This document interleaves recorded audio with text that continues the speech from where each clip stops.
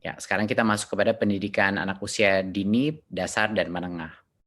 Rencana ke depannya. Seperti yang saya telah informasikan sebelumnya, tahun ajaran 2020 dan 2021 itu tidak berubah jadwalnya, tetap saja pada bulan Juli 2020, ya. Tapi jadwal itu tidak berdampak kepada metode apa pembelajaran yang ada, maupun daring ataupun tatap muka. Jadinya kami tidak mengubah kalender pembelajaran.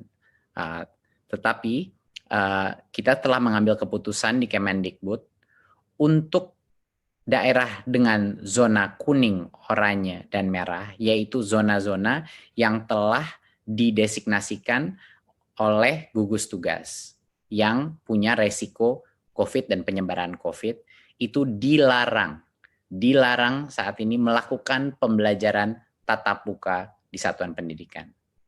Jadinya untuk zona-zona yang merah, kuning, dan oranye ini merepresentasikan pada saat ini 94% daripada peserta didik, ya, di pendidikan dini, dasar, dan menengah.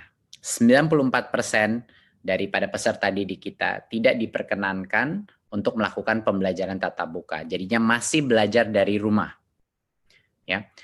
Yang 6% yaitu yang di zona hijau, itulah yang kami memperbolehkan pemerintah daerah untuk melakukan pembelajaran tatap muka, tetapi dengan protokol yang sangat ketat, yang itu yang akan kita jelaskan. Jadi saya ulang lagi, bahwa untuk saat ini, karena hanya 6% daripada populasi peserta didik kita yang di zona hijau, hanya mereka lah yang kita berikan persilakan untuk pemerintah daerah mengambil keputusan untuk melakukan sekolah dengan tatap muka. Sisanya yang 94% tidak diperkenankan, dilarang karena mereka masih ada resiko penyebaran COVID. Berikutnya. Jadi bagaimana kriteria kita untuk memulai pembelajaran tatap muka? Tentunya dari seperti yang saya paparkan tadi, hanya pertama harus zona hijau, dan itu penetapannya ada di gugus tugas, dan nanti akan diperjelaskan juga dengan kepala gugus tugas apa yang dimaksudkan zona hijau, kuning, dan oranye.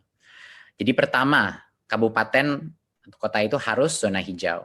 Kedua, Pemda harus memberikan izin, jadi Pemdanya pun harus setuju. Dan yang ketiga, satuan pendidikan telah memenuhi, yaitu sekolahnya telah memenuhi semua checklist dan yang checklist daripada persiapan pembelajaran tatap muka. Pada saat ini semua tiga